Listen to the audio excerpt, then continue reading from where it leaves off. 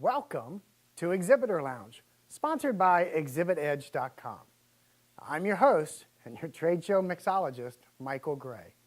Here each week you receive simple, practical, and proven tips to improve your trade show marketing strategy and get better results while maximizing your budget. The show site shipping company works for the general contractor to provide outbound shipping services. You know who they are. They are those colorful flyers that you see on the last day of the show. You know, the ones that are passed out to every booth space, offering you a way to ship your exhibit back home.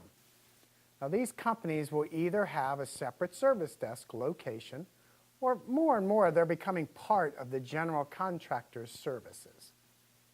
All that means is that you receive the services of the shipping company, but are billed through the general contractor. For this service, the general contractor will mark up the shipping company's costs. Now, remember from earlier videos that the shipping company provides the general contractor with benefits in the way of services, equipment, or discounts for the privilege of being the official carrier. Now, they will need to pass on these costs to you in the form of higher rates. They do have to provide labor to assist exhibitors at the service desk, distribute flyers, tag shipments, create labels, and load shipments off the floor. But now if the general contractor becomes the administrative extension of the shipping company, then the markups are compounded. Now, examples of this are ads you see in exhibitor manuals promoting the transportation services of the general contractor, such as Freeman Air.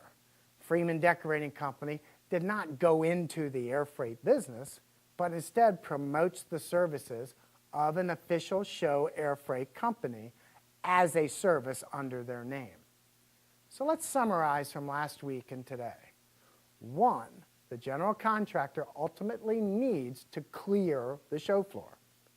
2, you have to tell the general contractor what to do if your carrier does not show up. 3, checking the box on a material handling form to redirect or return to warehouse gives them the authority to force freight.